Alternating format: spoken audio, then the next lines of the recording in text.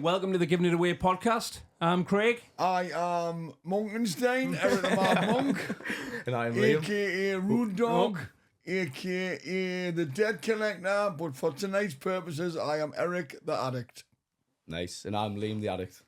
Good, I'm Craig. Well, my name's Craig. I'm an addict. Well, guys, this is our first conversational episode. It's normally just a straightforward share, really, and ask questions about it. But tonight we're going to do something a bit different. We're just going to sit and have a chat. Yeah, which I'm excited about, actually, because you're two people I like to talk to anyway, so this will just be like that, but a few thousand people hopefully will watch it. So, what's everybody been doing this week? How's everybody doing, first of all? Well,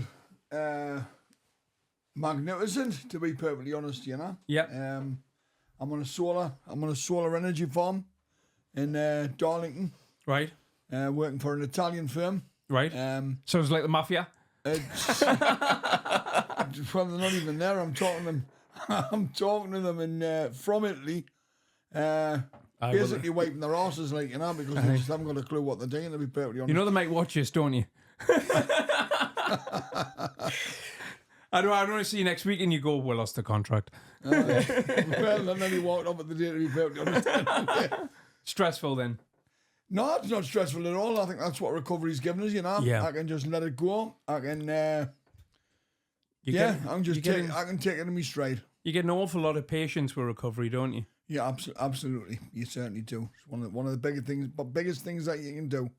You get. What about you, Liam? How are you doing? Yeah, really good, mate. Really good. I'm buzzing to be here. Like when you asked, 100%. Like when you asked us, I'm a bit of a geek with things like this, you know, podcasts and stuff. And just when I seen the setup and I started watching, you know, the first one. I watched the one with Eric, and I just couldn't wait to come and just see what it's like. But yeah. So do you want to come back and come on one week and tell your story as well? Yeah. We'll do a share one, and then be more than happy to do that. And then everyone will know your backstory as well. November, as I said on that last podcast, came round about the same time as you, November 7th, 2023. So I've been in recovery for just over a year now, on the 7th of November. Well done, mate.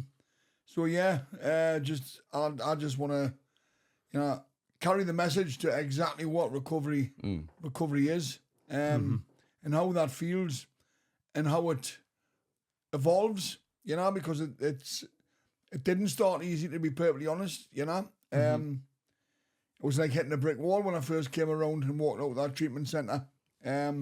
Literally like hitting a brick wall, you know. The fear of relapse after sitting in that bubble for 5 weeks. You say the fear of relapse, but I was told it was a healthy fear. First thing I did was get myself in a meeting and then start doing the suggested things over that year. Yep. So yeah, it's been brilliant, and today it's a whole different ball game altogether. They talk about the spiritual awakening that you normally hit on step 12. I'm only on step 2, but I honestly feel they say we didn't become addicts overnight. So easy does it. And there was a stage where I'm thinking if I do it any easier, I'm gonna be going fucking backwards, to be perfectly honest. But now today, I really feel that something's happening. Something is so different in my life. The get up and go is just never been like this in my life, to be perfectly honest. That's amazing. For you? It's amazing, yeah. Yeah, I just think, you know, just what you're saying there, you know, I heard you share, you know, on Sunday and about that I come out of treatment centre about 2 weeks ago, and just I had that fear, you know, and I remember the practitioner said to us, he's a great bloke, like, and he said to us, like, I'd be worried if you weren't worried. Do you know what I mean? Yeah. Like, it is, but it's having that healthy fear. It's not letting it consume you. Yeah. It's not letting it, like, eat you up, and it wasn't. I was excited to get out, but I was a bit like, you know what I mean? But you should be scared of relapse. If it gets that bad for you, you really should be, you know what I mean? I am absolutely terrified of it now. Not to a point where I say it'll stop us doing what I want to do in my day or whatever, you know what I mean? Or how I want to move forward and that, and how I've got goals. But it's just like, I need to have that with us, like, because I'm my head, I'm very, very quick to forget when I go out that door. Sometimes I've got a problem, you know what I mean? If I'm feeling good or I'm looking good, do you know what I mean? I go out and I present myself well, and it's very easy to do. Yeah, it is. And I'm finding them, even just for the day readings, you had mentioned them before we even started, but even reading them every morning, like, it's like our first line of defense, you know, before you get out the door. You know what I'm saying? Like, you read that, and it just reminds us every morning, like, whoa, like, you know what it is, like, it just sets us up for the day nicely. Yeah, that's what it does. It's just brilliant. But glad you said that. do exactly the same. Have done since coming around. In fact, since the 7th of November, we did the Serenity Prayer every morning, at the end of every night. The Just for Today readings, different readings that you've all experienced in the meetings. And I do all them things. I even pray. You know, I would know about praying. And I do that as well. Don't read into that too much. You know, it's not necessarily a religious thing. It's a spiritual thing. Yeah. And, you know, truth of the matter is, since day one, those prayers have been answered. And that is a fact. Like, cannot be denied. Cannot be denied. No. So I'm at a place where I've recently got a sponsor about 6 weeks ago. I think it was Friday just gone last week. I shared the first 18 questions of step one. So after, I mean, I'm 11 months sober tomorrow. I will be 11 months sober when this comes out. So my year's coming up and I'm getting excited about that. I'm not panicked or anything about it. I remember coming up to 6 months, I was starting to have reoccurring using dreams and stuff like that. The amount of times I woke up on between my 5th and 6th months, woke up of a morning and thought I'd used the night before, was absolutely beyond a joke. It was becoming every night. Yeah.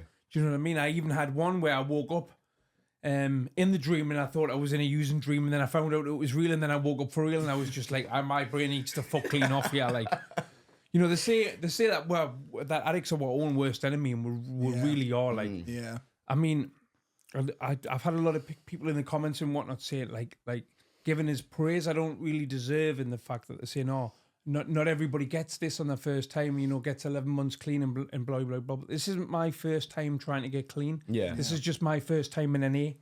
I've done 28 days, 28 times, do you know what I mean? I really have.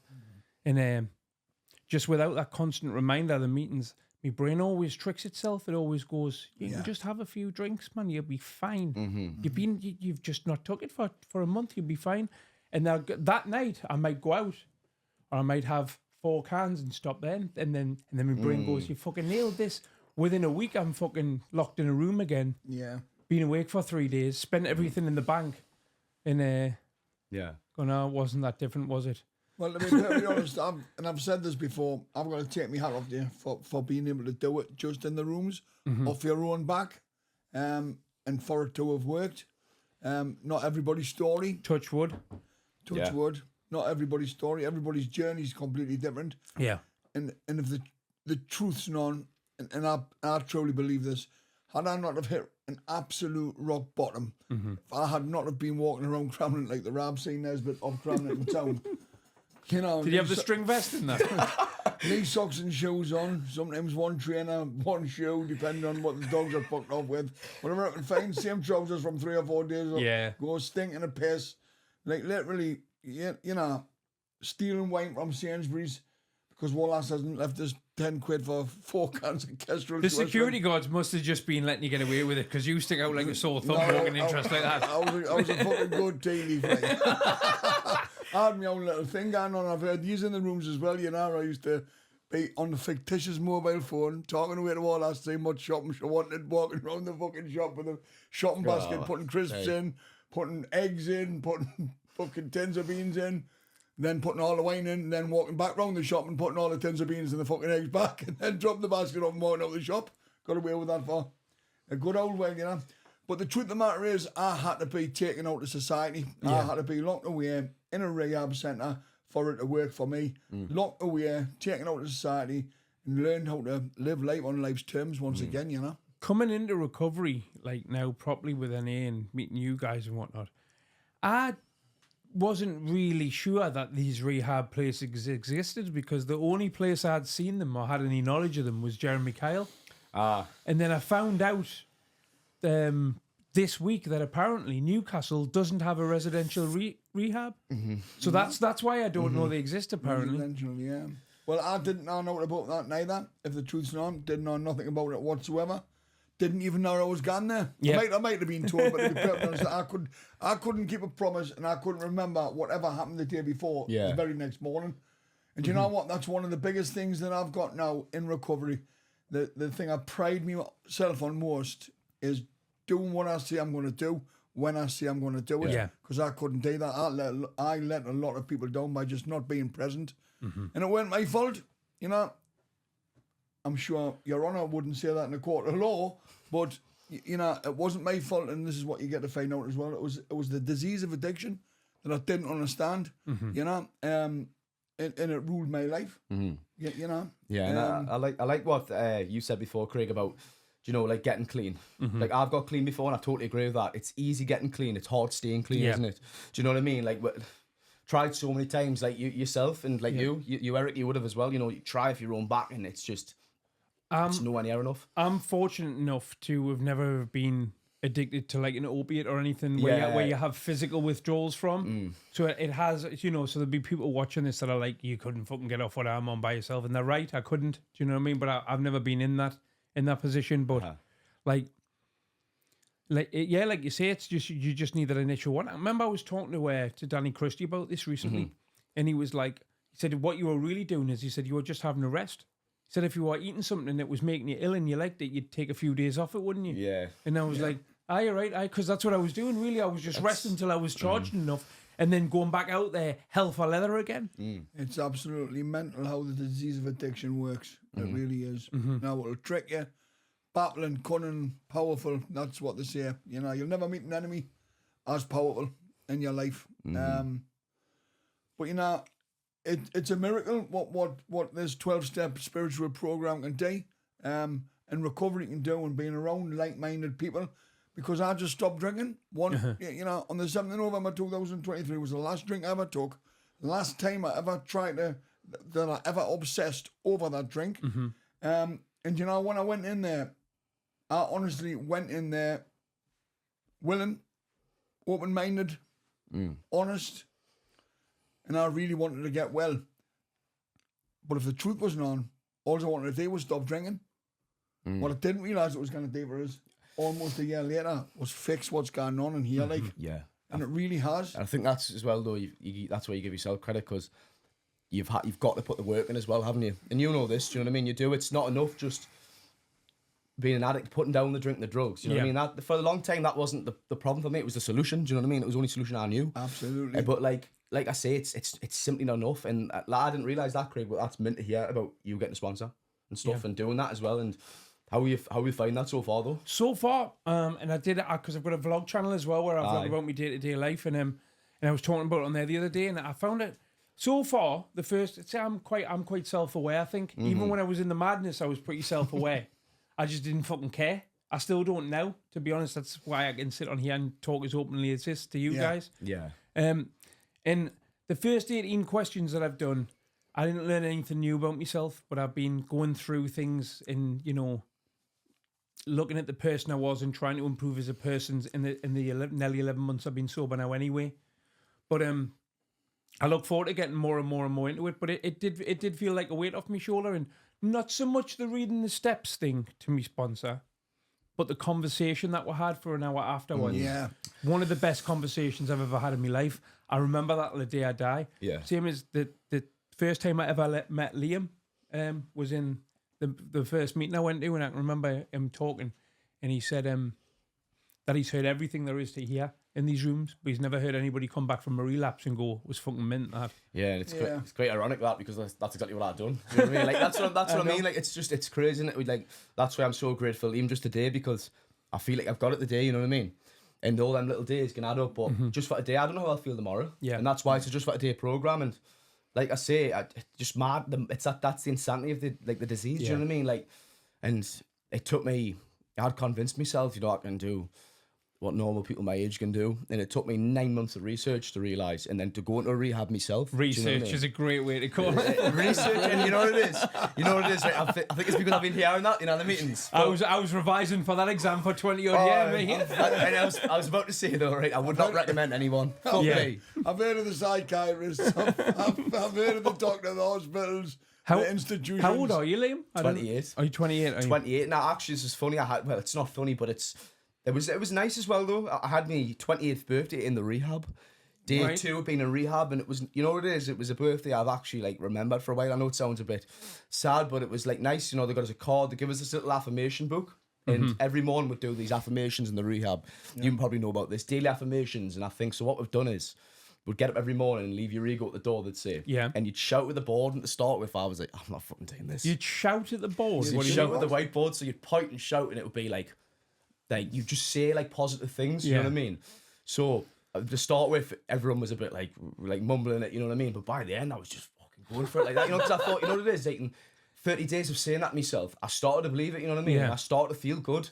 And I realised that afterwards, I was giving myself horrible affirmations, you know, every day. I was telling myself, you're a piece of shit, you're this, you know what I mean? Yeah. Because you do. You tell, when you're in active addiction, you tell yourself how bad you are all the time. And that was brilliant. They give this little book, and every morning now I turn it over, and it's a new little saying, and I see that first thing, and I wake up, and I think, and some of them are like, could be like, you know, help someone today, or something like that, and then I'll go out there, and I'll do something like that, you know what I mean? I'll try my best, and it's good. Yeah.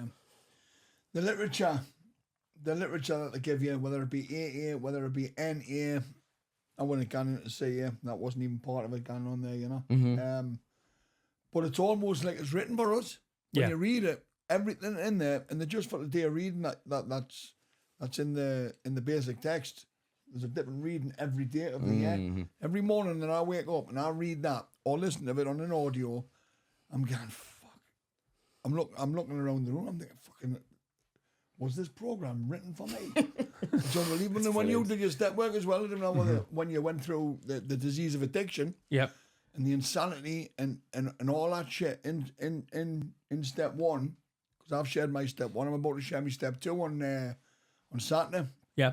And there was certain questions that I didn't want to answer. I'll skip that one. I didn't like that question at all, because it was like, fucking, it's written for me. Yeah. It's written for me, you know? And the one thing that I realised from step one is that I'm definitely still an addict, and I am definitely still fucking unwell, like. Yeah. And will be for the rest of my life, you know?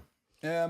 But you can work on it through those steps. What it was like for me reading the step one really was what it reminded me of is when I was 36, somebody told us they thought I had ADHD. I didn't know what it was. And when I looked into it and I read the description of what it was, I was like, this is like it's written about me.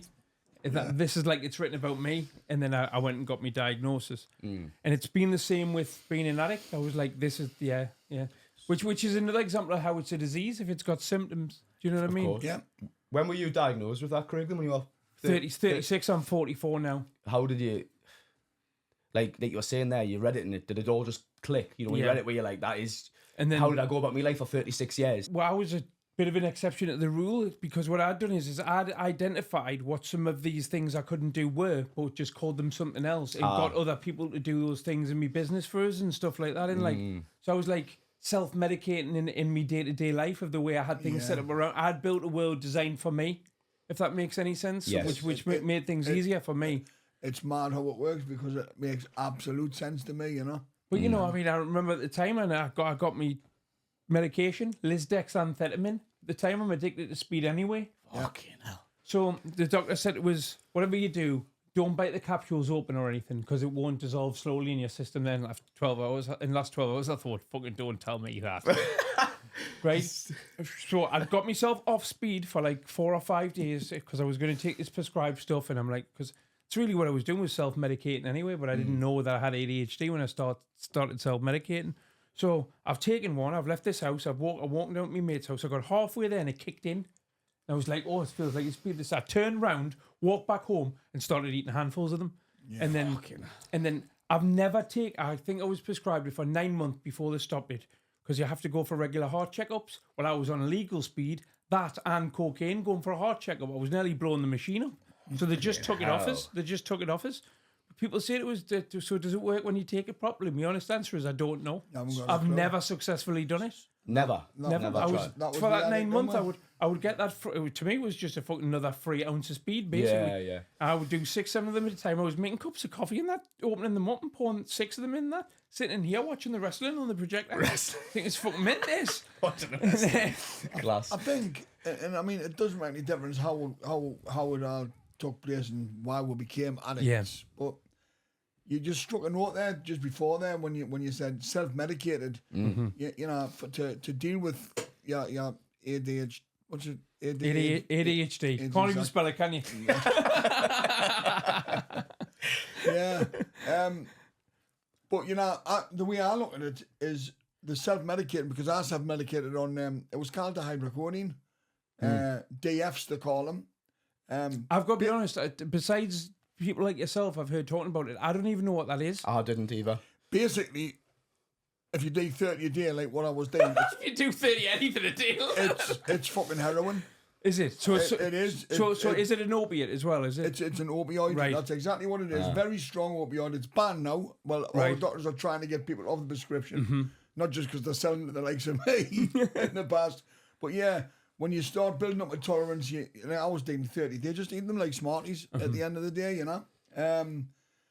thinking that I needed them to sleep. Right. And I did need them to get some rest because, you got what they call, if you didn't have them, you got what they call irritable leg syndrome, where your fucking legs would not go to sleep. Your body wanted it, your head wanted it, but your legs wouldn't. It was fucking torture. Eventually, I tried to do something about the problem and got prescribed what you'll probably know in the jails is Subutex. Right. Subbies. Yeah. Buprenorphine, it's called. And I manipulated my way into a massive script of that. And what that is an opioid as well, but it's an opioid blocker, which means it stops the hydrocodone or the opiates from actually working. Right. But in my addict brain, if I had the hydrocodone and could lay my hand on them on the dark web or the various suppliers that I had, I'd get it in my head that if I did enough of them, Jesus. the opioid, the buprenorphine wouldn't block it. And even the buprenorphine, you bring a 20 ml script home, and I'd manipulated my way into a week script at a time. Didn't have to go behind the curtain, like when they gone, for the smackheads. You see the smackheads. They have to go and pick it up every day. What's it called? It's called that. It's in the little bottle that they drink, man. What's that called? Methadone. Methadone. I've never seen it. I've never seen it, but I think that's what it is. You always see the one going behind the curtain or into a little private room or whatever, and that's how you did it. It was fucking embarrassing, like, you know what I mean? But it had any qualms a day. I was fucking walking around with these socks and shoes on. I didn't give a fuck. But I'd bring them home and they'd be gone within fucking 2 or 3 days. Like the day in the jails, they're talking about them fucking crushing them and snorting them up in the nose because it works better. I'd be fucking crushing it on the kitchen bench. The grandkids will be in the fucking room. And I apologise for saying this, but this is the fact. This is how it happened. And I'd be thinking I'd normalise the fact. Yeah. It was just absolutely normal to me to crush it, big fucking line, and put it straight up my fucking nostril. Yeah. And the missus was, "What the fuck do you think you're doing?" Well, I'm just doing my script. She said, "Well, fucking," and I'd gone at the sitting room and put it onto the mantelpiece and fucking snorted up there, like cheeky bastard. It's amazing the things you normalise in the I madness. was just thinking that, mate. It's one thing that we've probably got in common is I bet we're desensitised to just about everything from the lives that we've led in the madness. Yeah, and it does become so normal.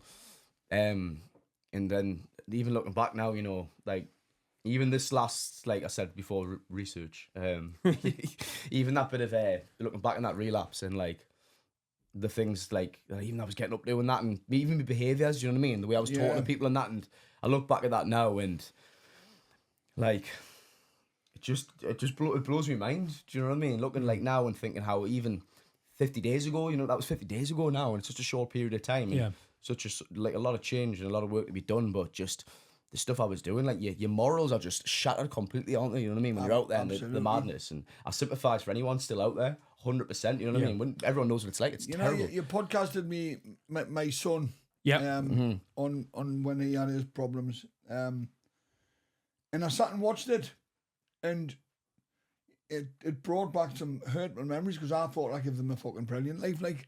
And Craig asked me, he said, "I love your father now, but he's stone fucking rad, like." What was it like? Tell the truth. I've never seen that. Not wrong. What was it like growing up with your dad? What was it like being his son? He said, "Bit fucking sketchy, like." He said some nice things as well. He did say some really nice things as well. But the most hurtful thing, and it was the truth, and I can't deny that, was towards the end, and I can remember this, and I still remember this, and it's one of the reasons that I do the things that I say I'm going to do when I say I'm going to do them. And regardless, I'll go to great lengths to make shit happen. Yeah. And because one of the things that my son fucking hated about the whole situation was the negativity at the end. Nothing was possible. The slight, like, fucking, the car keys gone missing in the morning, right? That's it, the day's fucked, I'm going back to bed. But, yeah, you know, I've got my shoes, my fucking work pants. I've never had your shoes. Work pants, you know, the slightest of problems would be it. That would be the hurdle that would just knock it on the head, and it's not happening. And he'd say, Dad, man, you've done it a million times before. Like, he just hated the negativity about it all, you know. And that's it. Like now, a year later, honestly, I wake up in the morning, and I've said this a million times. I do a message every morning to the still suffering addict or alcoholic that's still out there in the madness. And I get satisfaction out of that. I get happiness. I get joy in my own heart that I've given message, because I get a lot of messages back. And it is turn up for life. Yeah. Be the best version of yourself you can be, and there will be a plan takes care of itself. Yeah. And it has. It really has. 1 year later, I just turn up. You know, sometimes I don't even know how the day's gonna go. Yeah. I don't know where I'm gonna do, how I'm gonna do it, and I'll go out, and the plan takes care of itself. It's unbelievable. I see my family looking at us in a different way than they've ever looked, and that's the truth. I see my grandkids looking at us in a different way than they've ever looked at us. It's unbelievable. It really is unbelievable. And if that's as good as it gets, that'll be for me. It's a gift of recovery, isn't it? And I think that's like we're saying about, well, service and stuff as well in the fellowship. That service itself, do you know what I mean? Like even that, like putting a message out there and speaking to the still suffering addict every day, whether it's down the coast like you do. In a leopard print song. I might put that video in here. Well, clip it. I do like to go down to Colour Codes Bay every morning time to demonstrate my own magnificence in these. Oh, God almighty. No. I hope you've washed them. They've never been washed, but just to show you those, if you want to see those on me, get yourself down Colour Codes Bay on a Sunday morning, the Sabbath day, and you will see me demonstrate my own. I wasn't expecting an ad read in the middle. The magnificent monk in his flying machine. You ever go then? For a go, I'm going to need to demonstrate your magnificence by getting down and dirty into me. Never skin underpants. Catch go! Snake. Here we go! I'm gonna have to put some safety equipment on! Inside of our goal! The Lord and Savior Jesus Christ is with me today! If this goes well, He can take the glory! Here we go, ladies and gentlemen! On the count of 3!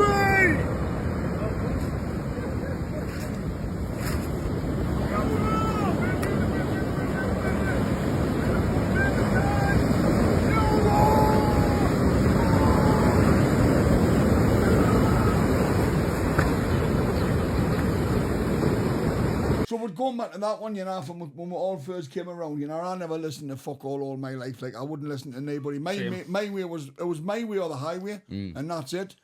But we've all done those suggested things since coming around, you know, getting ourselves to the fellowship meeting, picking up service, finding a sponsor, working the steps, you know, and it works. Mm-hmm. And, you know, I know that I am living testimony of that fact. I know that you are. And I truly believe after meeting you that you're going to be exactly the same. And I know, obviously I come around recovery at the start of 2023, and this is when I first met you at the end. Yeah. And I had a bit of clean time under my belt. How long? Just under a year, I think it was. Right. I think I've said it had to be just under. Like, it was under. I'm not going to count it as a year, do you know what I mean? Because I'm not certain for sure when I come round. I done 30 days to start with, and I was on that fluffy cloud, you know, you do 30 days. And, like, I thought that I was cured. Do you know what I mean? And that's when I had the relapse, and I stuck around after that. And I was doing well, and I know this as well. You were saying there about the service, not just that, the sponsor, the steps. Because while I was doing them things, I did manage to get a sponsor, and I was doing the steps, and I started them. And the moment I stopped, I was doing them, but the moment I stopped putting me all into them, in half-arsing it and not being honest with my sponsor and myself more than anything. And people outside recovery, I was ashamed to say to people, I was deep down, I really was, and I don't know why. It was just obviously something inside me, you know what I mean? I wasn't ready to tell people or something. I was ashamed, and it's a terrible way to look at it, I know. And the moment I stopped doing that with the steps and my sponsor and I stopped being honest with him was the moment it stopped working. Do you know what I mean? It really, really did. So I've got someone I want to ask now. And I'm just waiting to see him face to face at a meeting. I'm going to ask him because I think I used to look for the wrong things in someone, so I'd look at what they have more like material or you know what I mean. Right. Yeah. Whereas now I'm looking at my sponsor, the guy I'm going to ask. I'm looking at him. There's one thing he's got that I think you should cherish, and that's peace of mind. Do you know what I mean? Yeah. Not just the clean time, but peace of mind. Do you know what I mean? He's happy with the things he's got. Like Eric was saying, that what was brilliant. Like about, you know, if you can, the way your grandkids look at you, the way your kids look at you, the way your wife looks at you. I just think if that's what it is, then what more can you want than that? Do you know what I mean? Yeah, it's unbelievable, like, you know. Everything else in life just seems to fall into place for me, or it has done. Since you've come in. This is another analogy, or whatever they call it, that I use. You know, fix the broken man, and his whole world will fix around him. Yeah. And it's the truth. Yeah. You know, and I'm not talking about, you know, all the money's going to come back straight away, all the possessions. It doesn't matter. You know, it takes time to win people's trust back as well, because I've just noticed, like, only recently certain friends of mine have started getting in contact because they're realising that I'm really sober this time. Yeah. Do you know what I mean? Yeah, like, yeah. Like, oh, do you want to come and do this? Or been doing podcasts with people and stuff like that. That's I'd never been asked if I was in the madness. Craig, I think you're kind of missing the absolute point. It's not just that the trust that you're genuinely sober. It's you're a fucking nice bloke. Yeah. No, you really are. You know, I mean, you must pick up some enemies on this. Just one, really. But truth of the matter is, I've known it for a year now, and the one thing that I know for a fact, and it's been proven time and time and time again through life, through 54 years of life, you cannot hide forever. You know, sooner or later you get found out for exactly what you are. May not be the day, may not be tomorrow, but sooner or later you're going to be found wanting for exactly what you are. I've been around you for a year, and you're a lovely fucking bloke. Like, thank you. You genuinely are. We've discussed that anyway, but you genuinely are. Yeah, but say it again. The ego's kicking in. No, it was so good to like come back round and I'll come out of rehab and come back to the meetings that I was going to. And walk into them and see you as well. Yeah. Do you know, doing so well because obviously you come in and my position I'm in now. I was in bits when I came in. Oh mate, like I don't think you could even look people in the eye, could you? Know, when you first come in, I think I was one of the first people you spoke to, and the difference in you, man. Like it's just nice to see, like, you know, I can see you've been putting the work in, and it's a process, isn't it? You know what I mean? It doesn't happen overnight. No, what did you both find? Like, you know, when he's coming to early recovery, so. Like for you, Eric, you got out of rehab. For you, Craig, you started coming to meetings. What do you look back at now and think, you know, how you were acting in early recovery? Do you think some of your behaviours were still off the map? Do you know what I mean by that? Truth, I was ready to chuck the towel, and that is a fact. I was prepared. You know, as an addict in active addiction, we went to great lengths to find the news. We could have sniffed it out anywhere. We could have sniffed it out. It doesn't matter where. The geographical, it doesn't matter where you go. We were brilliant at it. You know, we would find and use drugs without a shadow of a doubt. Or alcohol, whatever it may be, you know. I knew the day I went into that rehab that I was prepared to go to great lengths to, I say, keep what I've got. You know, I didn't have it then. But go to great lengths to get well, stay well, and give my wife something back that she'd either had in the early days or never had in her life. Yeah. And, you know, she's actually told us that's what she's got back, a bloke that she never had in the first place. I love that. Like, she doesn't need to tell us. It's a good idea. She liked him. Good job. She liked him. She told us on an aeroplane coming home from Ibiza, you know, one time, and she's never said that in 27 years of marriage. We got married on the 23rd of the 8th, 1997. 27 years. This year just gone. And she tells us on an aeroplane. She tells us she loves us every day. But that's what you're doing. We discussed this last time, you know. Yeah. It kind of loses its meaning a little bit, doesn't it? I love you. It's like saying hello, goodbye. You just say it. You'd probably say something if she didn't say it. You know, think, what the fuck's going on here, like, you know? But she told us on this aeroplane, after a week, in Ibiza, which I've been 27 years off the trot, spiritual home it is for the family. Was there with the grandkids and my son. And she told us on the aeroplane on the way home, you've been fucking great company. You know, it was fucking heartwarming. Like, never heard that. I've never heard that in 27 years of marriage. And I knew at that point, you know, they're saying it, is it step 7, 8, 9? Or 8 or 9, I'm not that far in yet. Like, but they say you've got to, you know, write an inventory of the people that you harmed through your active addiction and then make amends to them all. Mm-hmm. And I knew that day that I was making an amends because you can't just come around after fucking 54 years in addiction or whatever it is, or 27 years of marriage and say, I'm fucking sorry. Sorry, Nick. I thought, you know, humiliating you walking around fucking cramming it like fucking Ramsey Nesbitt with knee socks and shoes on, stealing wine. You know, you can't just say sorry. Doesn't work like that. Yeah. You know, but when your missus says something like that to you, you know you're making an amends. Like, you've put action in, haven't you? Because action speak, like you say there, love you could just be a word, but sorry, I think for us, all of us, how many times have you said sorry? And like, people just look at you like, yeah, or like, I'll stop this time. Oh yeah. But you know, I used to always say as well, you know, like, I'd say like, that's the last time. But I honestly think I'd pass a lie detector test then because I was convinced that's it, I'm done. I just didn't have anything to stop us. Do you know what I mean? Or keep us stopped. That was the difference. I was convinced though. I was really done. But like I say, as soon as I touched that first drink, that like all bets are off the table. Like, take that first drink, then my inhibitions are off, and then as soon as I take that first line of coke, fuck, carnage. It's what they say in a different fellowship, which is Alcoholics Anonymous. Mm-hmm. They say you're not supposed to mention the fellowships, but you know. Never did what I was told anyway. And I love that fellowship as well because I did both those fellowship meetings in the treatment centre that I was at, which is a place called Seasons, in the Black Country. Discussed that one before, in Walsall, just outside of Birmingham. You know, and Alcoholics Anonymous was fucking magnificent, you know, as well. But they say in there, like, they have the little slogans, them in Narcotics Anonymous, and they have them in Alcoholics Anonymous, man, like, you know, so long as you follow that way, you will have nothing to fear. In Alcoholics Anonymous, they'll say, it's the first drink that gets you drunk. And it fucking is. Oh, is that what they're saying? Yeah. It's the first drink that'll get you drunk. I forgot that, but yeah, they do. And when you think about it, you know, as alcoholics, as addicts, you know, the way our brains work, it was that warm feeling that the self-made, you know, not sitting right with how your own feelings are. Mm-hmm. And that first drink of alcohol just warmed and just made everything melt away. And we're looking for that. From that moment, we're looking for that exact feeling in 3 fucking weeks' time, 3 years' time, 5 years' time. And it's never coming back. It can't, can it? No. You know, because you're flat out again. It's the same with and coke. we cannot drink or use successfully, so we've just got to accept that, you know. And the minute that we think they've got this and it's going to be different this time, that is the word.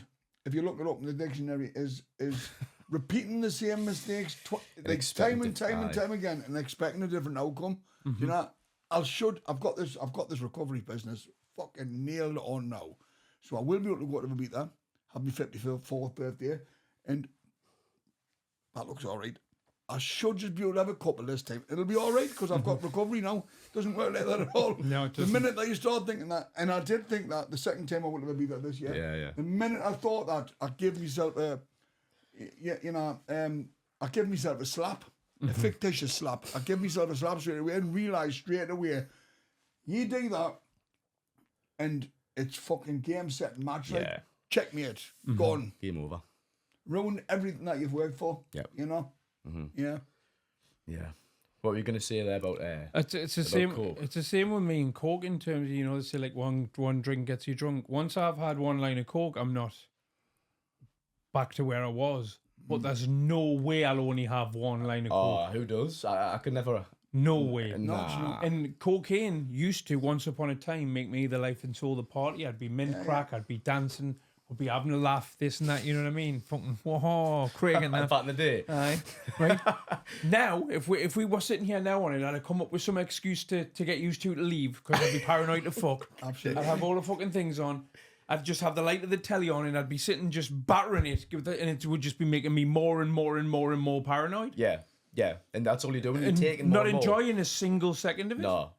And then if I do get some sleep that night, I'll wake up the next day and be hungover and think, I'll go for a pint, I'll get a packet on the way, and bang, there you go again. Vicious That's cycle, how isn't it it? works, you know. It's horrible. You know, one substitute or different drug for substituted for another will set your addiction up all over again. Yeah. And you know, if the truth is matter, on my last podcast, because you kind of lose track of, not that you're trying to like make your war story sound brilliant on your podcast, Yeah. but like you genuinely believed I was flat out for all those years, and it wasn't the case. I could put drugs down. I could put drugs down. I just, once I picked them up, I couldn't put them fucking down for 3 weeks. Yeah. I'd be on a flat out bender, and it would always end up in alcohol, and alcohol would have started it and be in the middle of it and be at the end of it. And ironically, 53 years in at the time, that's exactly what took me to my knees. And when I say it took me to my knees, I'm talking about took me to my knees. I was on death's door. Like I wouldn't have lasted past that Christmas, and that is for sure. Yeah. Because you can get these charity beds in the rehabs, in the recovery centres, you know, if you pester the life out of them for a 3-month period, the same time every day, and show them that dip of desperation. They'll you know, they might pick up the phone and say, right, okay, we're going to give you that charity bed. And it's a 20 grand bed for a 3-month program. And I know that because I met a few great people in there and it worked for them, which is brilliant. But unfortunately, I didn't have that time on my hands. Yeah. You know, my marriage didn't have that time on its hands for starters. I remember my missus saying to us, you know, you think you've, because I used to whinge every fucking night when I used to come out to blackout, and the drink will be wearing off a little bit. I don't know how the drink could wear off, like I was drinking that much of it. But when it would wear off, I'd be just in despair. I'd be fucking anxious. It's not going to work. I fucking bought this, I bought that. The fucking decisions I made was just fucking off the wall. Yeah, yeah. And she'd fucking hate that whinging. Absolutely hate that whinging, you know. And I had to go out and I had to put her to bed with another fucking, get the Porsche out and go to the midnight garage and get another bottle of wine just to knock us the fuck out. I was going to die, and there's nothing more certain than that was the case. I had to spend 10,000 quid to get myself into that rehab, which I honestly didn't even know I was going. I just woke up one morning, 5 o'clock in the morning, my brother's in the room. Son ran to my house to see us off to this program, and my missus was there with a suitcase. And I just opened and he walked out that fucking door and went. I took the fucking towel in, like. That's it, what you've said there. That's the main thing, I think, the willingness. Do you know what I mean? You've got to be willing to do it. You all know this, you know what I mean? You've got to want to do it. And there's nothing worse, especially when I went out the door in like a body full of drugs and a head full of recovery. Do you know what they say? Like, there really isn't. Like, when I was doing it, you know there's another way. Like in the past, before we've come to recovery. That's a good point, actually. How different for it was you this time? Do you know what it is? It started off with that, like, that denial and that, like, just like thinking it would be different. As you said there, you know what I mean? The insanity, So it started off wanting to kind of, I was seeing a girl, and then I wanted to be, I hid that from her, you know what I mean? The recovery side. Right. And when I was first getting with her and that, I was cleaning, I was doing the meetings and everything still. It was going well, do you know what I mean? Because I was tolerable, I was a nice person to be around. And then the moment I started drinking again, because that's what it was in my head, I was like, well, I'll just go have a few pints. I'll do something normal with her. And then quickly, the escalation from the moment in January till before I come in 50 days ago, it just went quicker, like, and worse, do you know what I mean? Because I knew, and I could still see in these group chats people posting good things and all that, and I kept that in there. Something in us wanted to see that, but it was just like it's just horrible, man. Even the past before I ever come to recovery, it's just like, you know another way, do you? But once you're in here and you've got all that stuff in your head, because I knew there was another way out of this, and I was choosing to do this, you know what I mean? And it's hard as it is to say I was, but as soon as I put that first drink or drug in my body, like all bets are off the table, like you were saying there. It's fucking it really is game over. Like, it's that serious, and we're gonna have a laugh about it on here. And it is there was some more stories, but at the end of the day, it is serious stuff for all of them. Yes. You know, to hear you say, you know, you're gonna die, and I truly believe I was. Well, you know that there's no truth or words than jails, institutions, and death. Yes, and repeat that. Don't Not get in your head. necessarily in that It's order, like, and yeah, certainly not. And the people that I've met in recovery that I would say were, I wouldn't use the term any more worse than me. They were just further down the road than me. Yeah. And everybody that I initially thought was worse than us just happened to be 10 years older than us, and it's like that would have been me. Mm-hmm. Do you know what I mean? Addiction is, it's like someone said in the rehabs and that, and they give you all these good, like, he learned these sayings, and it's these sayings that they teach you in there. You probably know yourself, Eric, you know what I mean? But a lot of the things they teach you in there, the little sayings, and it's like things I'll take forward in life though. There's one of them I really like, fear. It was face everything and recover, or fuck everything and run. And I think I take that now, and just with life in general, do you know what I don't want to do? Yeah, Something it's brilliant. That. big boy problems or anything like that, and I think I put this off. And I just think, no, it needs to be done. And loads of little things like addictions and elevator, you can get off at any floor. Like you were saying there, like you see these people further ahead. You don't have to get to that stage. If you feel like if you're thinking, like, I remember before I was going out once with a lass, right, and I was getting a shower and that, and I was getting ready and all that, and I was saying to myself in the shower, seriously, I was saying to myself in the shower, please, like, just have a few drinks tonight. Like, don't get a bag, don't get a packet. And then when I look back now, I think, no normal person who's not an addict goes in the shower and says, please don't get a packet tonight. If you're thinking something like that, or you're thinking that you've got an issue with drink, you probably fucking do, don't you? Do you know what I mean, though? What did you tell yourself back? You had enough God, you've got it. Look, I didn't tell you how many times I tell myself that. It did not work. Like, it did not work. I was going to say, did you get the packet? I think so, mate. I like that little cliche on that little saying, and it's through the steps. You know, you work the steps. We'll get through the step work, or even just through recovery and the things that we hear in there. Yeah. You know, because we're picking it up at step 1, and step 2, and step 3 is something that I did in rehab. Yeah. Called recovery steps. Just a small version of it, and I reckon if you've got a good step 1, step 2, step 3 under your belt, you're gonna be all right. Like, yes, you know what I mean? like the fundamental sort of thing. So, and we all know that connection is the key. You know, got to stay connected to like-minded people that can restore you to sanity. Connection's the complete opposite, isn't it? Of addiction. Yeah. Check yourself before you wreck yourself. So the minute that you think your head's tipping north, south, east, or west, not in the middle of that boat, it's time to check yourself. You know exactly what's going on before you wreck yourself. Pick up the phone. Yes. Before 100%. You pick up a drug or a drink. It's as simple as fucking that. Like, do you feel like your addiction, like now, this being, especially you two being this far along, do you feel like it manifests in other ways in your life, and you have to check yourself on that? You know, like beyond the drink, the drugs. I've got 5 pair of Yeezys in that cupboard I bought in the last 6 weeks. Do you know what I mean? And it's just yes, but luckily for me, the other things that I've become addicted to, like YouTube, you know what I mean, and stuff like that. As long as the addiction isn't having any form of negative effect on my life, yes. Oh, it's not going to ruin my life. You know, I'm like, I can sort of justify it. I'm like, okay, right, that's okay.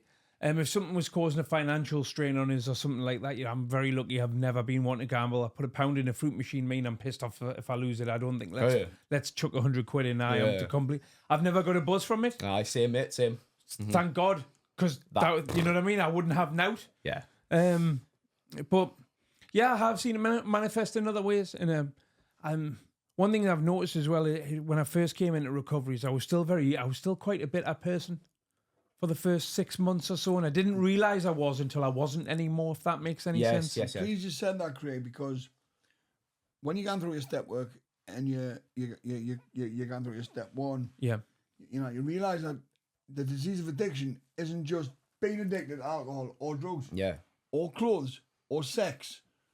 Or YouTube or whatever. Or wrestling figures. That's brilliant, that. You got Stone Cold? No, that older than that Hasbro's from the early 90s. Oh, mint. But you start realising, it's what I said a little bit earlier on, I only went into rehab, well, got sent to rehab, but went open and willingly, and honestly, to stop drinking. Right. I didn't even go in to stop fucking drugging, to be perfectly honest, because I already had not a relapse. I just didn't think I have a problem with that. So we take sitting in the fucking house waiting for us coming back. You know what I mean? Like I had that plan for when I come back, and I got Did you justify that in your head because the Subutex was prescribed? Did that make a difference to you at the time? Didn't make no difference whatsoever. No. Didn't think I had a fucking problem. Right. I needed to be taking them. I tried to manipulate that script, my last script, and I knew it was going to get stopped, but I still wanted that 20 milligram per day for a week, just to have for when I got back. Like it's fucking madness. It's the first thing that they did was stop that script and start weaning me off for the 5 weeks. Turn it into a 5-week program rather than a 4-week program because they give us the extra week. The last day that I shared this the last time on your podcast, I was in there for a 4-week program, And when it came to the end of that 4 weeks, I got up at a further week. It was going to cost 2,000 quid. Me mum lent us the money because I needed my missus to have what money was left to get her over the Christmas. But my mum, loves her son. She gave us it. One of the reasons I stayed clean and really tried, I refused was to, for my mum, she had given us 2,000 quid. Yeah. For the rattle that was going to come, even though I was on this tiny little bit of script after the 4 weeks, if I'd walked out that rehab centre on that day, I would have fucking walked straight to the shop and got, the fucking rattle was horrendous. Absolutely. Yeah. I was on virtually nothing. And the rattle, once it wasn't there at all, was fucking horrendous. So even when you come down to your very last little bit, it was like you still get a of big a milligram rattle. or whatever. I don't know whether it was the ritual of going up to the bedroom and getting that fucking script or whatever. When it was over, after that last tiny little script that I got, the very next day, the rattle was fucking horrendous for a full week. And even after walking out, my head was all over the place. Like I say, it was like hitting a brick fucking wall. Yeah, absolutely. Like you know what I didn't mention. Sorry, are you finished, Eric? No, never finished. Go on, go on, because it's a totally different tangent. It's a totally different tangent. So finish what you're saying. No problem. You know when you were saying before, addiction manifested its ways in any other ways. I started vaping. I've never smoked cigarettes in my life. You never smoked hard? And since I've got clean, I've started vaping. Oh, it's a. That's what I was going to say. It's a naughty That's thing where you it was gotta do. going. So it wasn't off on a tangent, it's back to the same tangent. The disease of addiction is a sight, and I've learnt this as well, researched it. It's a We've all got PhDs in there. It's a psychological disease. That's exactly what it is, a psychological disease, right? Right. And it isn't just about the drinking and the drugging and it's about obsession. It's about resentment. It's about anger. Resentment's a big fear. one. All that comes into it. Resentments will fucking kill you. They will. Resentments will put you back out that door. And if you do the next wrong thing as opposed to the next right thing, that will fucking cause a resentment somewhere down the line, because doing the wrong thing causes resentment, and that will make you unwell. And do you know what I mean? That's how I realised in that step one that I'm fucking still an addict and I'm still seriously unwell, because it hasn't been plain sailing since the start. Today, 1 year in, I honestly, something's happened over this last month, 2 months, kind of put the exact date on it, where I've had this spiritual awakening, and I honestly do the next right thing. I make a point of it every single morning, turning up for life, being the best version of myself I can be, putting the best foot forward, doing what I say I'm going to do when I say I'm going to do it. Do you know what? The peace that I get, the love in my heart that I've got now. You know, we discussed this the last time, I've always had a big heart. You thought it was the amount of cocaine I'd done. But it's not. And now I've always had a big heart, but I can show it now. And the love that I can receive as well, do you know? Yeah. Just turning up in the morning, I say things in recovery now that I've never seen in my life. I don't know whether I just wasn't looking, but it's almost like it's been laid on, especially for me. Every morning I see that beautiful autumn come winter sky lighting up pink. I see it throughout the day, and I see it at the end of the day. I'm there for the entire day, present, from first thing in the morning to the last thing at night, and I see nature. The love for life that I've got now is just fucking magnificent. It's a beautiful thing, isn't it? Absolutely magnificent. Do you know, we'll talk about service. You can give service in a million ways. You can give service to your wife. You can give service to, it doesn't have to be in the rooms of Narcotics Anonymous or Alcoholics Anonymous. It can be anything. Like the time that we went to the Walker Dome, the fight that, when he got chinned off the dwarf. Yeah, so what I need to hear more about this, like, because I remember you saying this in the meeting, and I was thinking, what, and I was laughing out because Craig was standing there, and he says to us, I says, were you there, Craig? And he says, I walked them out. Well, because I love the bloke. That's brilliant, mate. So it was Mick Terrell's straightener show. Yeah. And I was just doing what I do on a day-to-day basis, just trying to get through like best way as I could. And I got a phone call off a kid called Paul Keza, aka the Pitbull. Good boxer, good fighter, good friend. And he fought in a lot of my shows. Just to let you know, I had 70 fights as a amateur boxer and unlicensed boxer over the years. Craig got to see us fight the Viking on the return where I stopped him. Didn't tell you this one the last He's very time. Though. proud of that. He says I'm very proud of that one. I'm not so proud of the time that he knocked his fucking spark. Didn't tell you that one, but I'll be open honest. That did happen. Got spackered. 15 minutes later, I was trying to convince the referee that I was okay to carry on. 15 minutes later? No, I was actually talking to my mum in the hotel room about fucking serious concussion. But did he probably knock you out? Seriously? Lucky shot.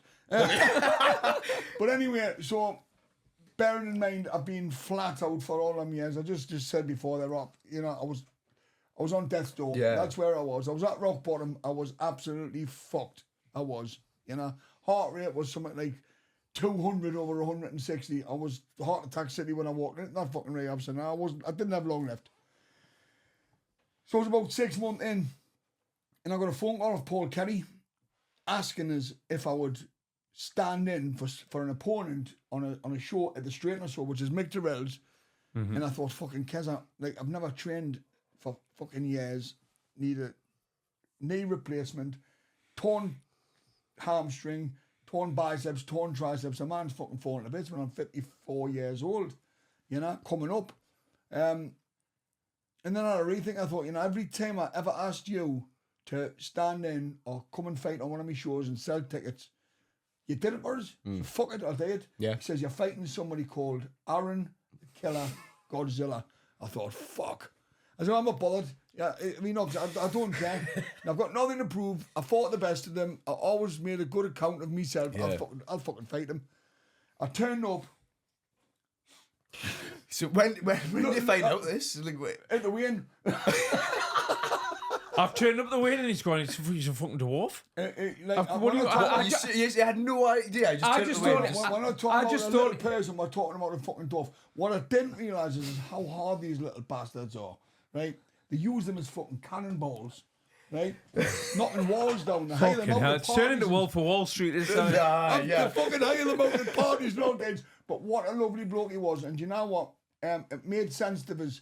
Then I would have fought whoever it was going to be anyway. I'd made my mind up.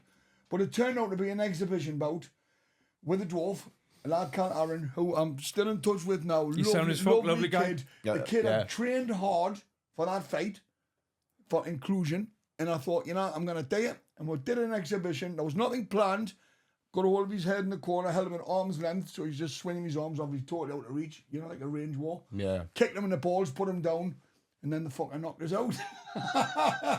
I'm going to show it on screen while she's talking. He's going to show it on screen. But, are you going to have a good look? But the point being is this, right? And there was a few things. First of all, I gave service for the inclusion thing with the wee guy, as he calls himself. Yeah. It brought joy to a lot of people's hearts, which we know. And I gave service to recovering addicts that night, one of which was Craig. Because I asked him to be my corner man anyway. I don't know. Bearing in mind as well, right? I'm brushing up for a solid week on how to do somebody's corner properly. How did you find that? And then when they get there, it's a one-round exhibition. It's a one-round exhibition. And you're doing all the things there. Oh, class, and it's an octagon that isn't any corners. Was it in a cage? But I also got to give service, and I didn't realise I was giving service at the time. I got complimentary tickets. So apart from that, we raised a lot of money for Down syndrome as well. Oh, amazing, which was fucking brilliant. That made me feel good. It really did. But I also give complimentary tickets to some recovering addicts that I've met in the rooms over the years that are very special to me in my recovery and in my journey. Some of them girls, some of them blokes, and there's one thing for certain: this disease does not discriminate. They got like Craig, clever podcaster, sensation, all that shite. I'll take it. We had a lad called who was on you know the borderlines of Team GB as a boxer, fucking brilliant. All these people that I talked, a couple of girls, 3 girls, all these people were terrified for different reasons. Yeah. They couldn't be in a big environment full of people. They just were fucking terrified. They hadn't been in that environment for a lot of years. Yeah. Because we're all certainly not sober. We're all ended up in isolation in the end, didn't we? Some of these people were terrified that they were going to bump into somebody they'd fucking ripped off before, and they'll be here. This is where my using territory was. This was my stomping ground. Anyway, this is where it's at, and I realised that I was doing service to these people. I went and licked my wounds upstairs after the fight, got myself changed, and I came down, and as I came down, MC Stomping was on, and he was fucking brilliant. Brilliant. So I walked back up to see the guys, and out of all these 500-600 people in this arena, and it was fucking rammed, by the way, right? There was no lights on. What I mean by that is, like, they were off their fucking tits. Where was this? Walker Dome. The Walker Dome. Right, The Walker Dome. And in the middle of all these zombies off their nuts was these 5 recovering addicts with the fucking lights shining brightly, bouncing all over the place. They all off their fucking lips on recovery. Swear to God, it looked absolutely amazing. That's amazing. The joy that was brought to my heart in that very sight.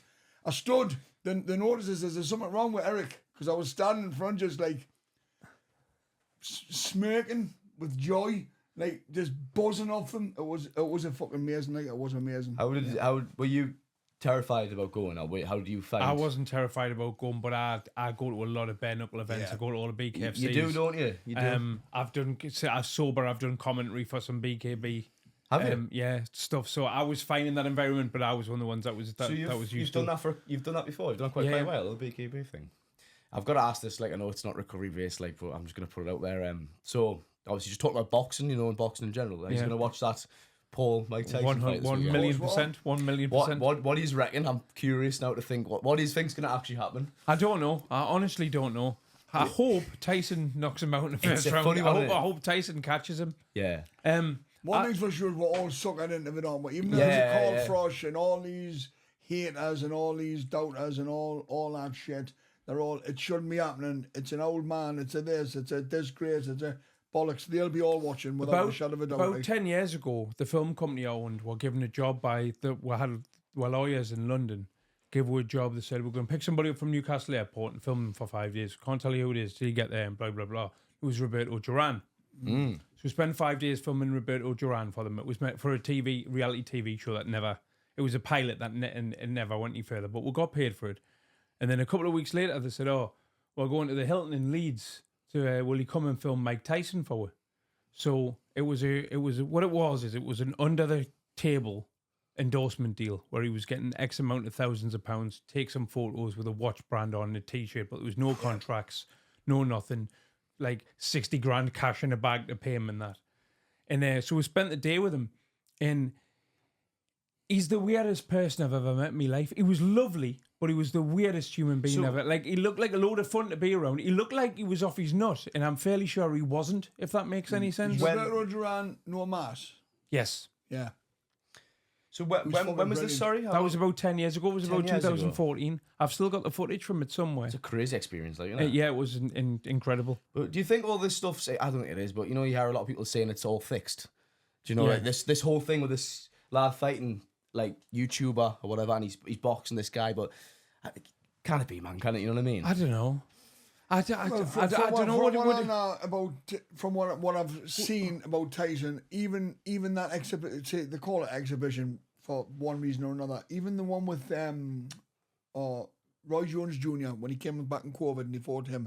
He was trying to take his fucking That head was an clean exhibition. off, this one isn't, apparently. Mike Tyson was trying to take his fucking head clean off, I'm telling you now. How many rounds is it? Did you know? It's 8 2-minute rounds. Is it? Still heavy, like, isn't it? My opinion, if it is the real deal and it's all out and it's a professional sanctioned bout, 14-ounce gloves. 14 ounce, really? Which is not too massive. At the end of the day, their weight. The God-given gift that Mike Tyson still has, clearly, when you watch him, that doesn't disappear. No. That magic there with the peptides and all the supplements and that fucking guys like a bionic man, when you've seen him. Yeah. You take his fucking, you'll ruin him. You'll end his fucking career without a shot. That finishing move that he's got, that left hook to the body, that switch jump over to the right, left hook to the body, to the solar plex, and then that fucking uppercut. It'll put him in the fucking orbit. It just makes me think, if it was fixed, would Tyson throw his legacy away for 20 million? No, I don't think it. Nah, doesn't he? Does he? I don't know. I don't know what his financial situation is. Yeah. I looked at the press conference thing. He was just 'Cause not is raising to it, to bite into any of his comments. Yeah. Yeah. What do you think about the? Like, I don't know. I mean, this is kind of fake news or whatever the crap. But I don't know how many times it's been cancelled. Like somebody spat a dummy out. And He had a- It's He been meant to have cancelled. a- It's been cancelled once. Do you? Right. Well, you know about that? Did he meant to have like a? He had an ulcer in his stomach. Is that what it That was? burst, yeah. So it's definitely going ahead. It's Friday. It's tomorrow, isn't it? It's tomorrow night. Oh, he's going to be what? You'll be watching it, won't you? You'll be up for Of course I will. Of course I will. Yeah. Yeah. What time does it That's start? tomorrow night, is it? Yeah.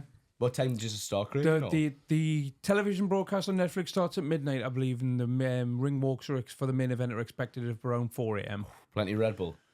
Not even that. I'll just stay up and stay up. I can just lie in bed the next day. Can't Do you I? usually stay up quite late? what's Like, the, I'm my hours of sleep. I'm normally up at about 4, half 4, and I get up at 11:30, and then I stream at 12 o'clock. It's not too late either, though, is it? You know what I mean? Like you could. Hedgehog hours. Hedgehog hours. Nocturnal, man. Right, guys. You've always been like that, like. What, haven't you? what about the undercard? Who's on Well, that? no, for 20 odd years, I didn't used to sleep. I was on speed for nearly 15 years. You just didn't sleep at all. I used to sleep on a Wednesday and a Sunday. Fucking hell.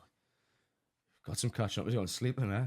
Well, I have done. I mean, when I stopped speed 2 years ago now, to be honest with you, it's the best thing I ever did the way I did it, I think, for me, because I had to stop speed because I'd lost all the feeling in my left hand and the hearing in my right ear was going because of toxology in my body. Fucking hell. And so I had to knock it on the head. It was starting to make us bad. Like, well, it hadn't started to make us bad. It had been making me bad for the last 2 years of us doing it. So I knocked it on the head quite easily. I spent about 6 weeks in bed. Then I just started going to the pub of an afternoon. I think I managed 3 afternoons at the pub, just having a couple of pints before I ordered a packet. And then I would get to the pub with the intention of getting a packet dropped off. And then it was, I'm not going to the pub till I've got a packet. Is that, And then, but the thing is with cocaine and drinking, I'm not as bad on speed, but cocaine and alcohol with me makes me quite nasty. Yeah. So because I hate the person I am on that's why I wanted to stop. So I replaced the speed with the coke and the drink, and I don't like the coke and the drink. How did you hear about recovery? How did you manage? You know, that first meeting, a very senior. 14 years ago, tried to go to I went to AA for a few months, and I just didn't get it. I don't know if it was a mixture of because it was AA, or because I wasn't ready, or because of the specific meeting I went to. Didn't give it a chance, really, though. No. Nah, I just thought these are just a fucking bunch of Care Bears hugging each other. I can't handle that drink. You know what I mean? Yeah. Yeah. But then later on, you know, going to NA, I don't know. I just think I don't think I was doing it back then for the right reasons either. That's what I mean. You've got to want to do it for the.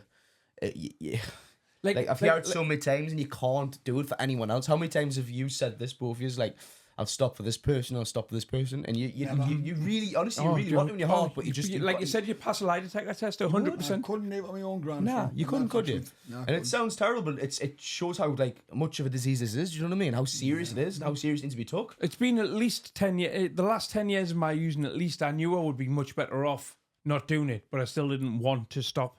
Yes, yeah. So self-absorbed, aren't we? Yeah. When we're in that like fucking madness. I can't even put my finger on it. It's like getting clean and that, and staying clean, and like just opening your eyes to so many things. Like I said before, like I even mentioned it there, but like your morals, like that was the main one for me. Like your morals, I think were just shattered. Like I like that one that they say, you know, in Narcotics Anonymous especially, you know, we are not interested in how much you used, which people you knew, what connections you had, how, you know, how bad your war story is. Yeah. We are only concerned about what you intend to do about your problem. that's it. And you know, we're all in that boat there now, doing something about a problem, and long may it continue, like, you know. Yeah. That's bang on. It What a is. great place to end it as well. Yeah. Well, Just over an before hour. ending up, Yeah. let's carry that message. Yes. Anybody still suffering out there, that is a solution. I am living testament to that solution. If you don't find it, don't pick up that green and gold, or as Bill Caesar, or one of the bits of literature. Find that solutions. It will end in one of 3 places: jails, institutions, or death. can we end on the Serenity Prayer, lads? Is that all Yeah, right? of course you we think? Let's go for I was that. going to say let's make the circle, but I think it's a fucking triangle. How do you make a let's go circle out of a for it. triangle? Craig, would you like to lead us out with that one that you did the other night? He goes at the door. Who's got your back to keep you off the crack? God, Grant me the serenity to accept the things I cannot change, the courage to change the things I can, and the wisdom to know the difference. Amen. Keep coming back. It works if you work it, so work it, you work it. Thanks, lads. Nice one, High five. Good man. Men's Well done. class. That was min class. Great.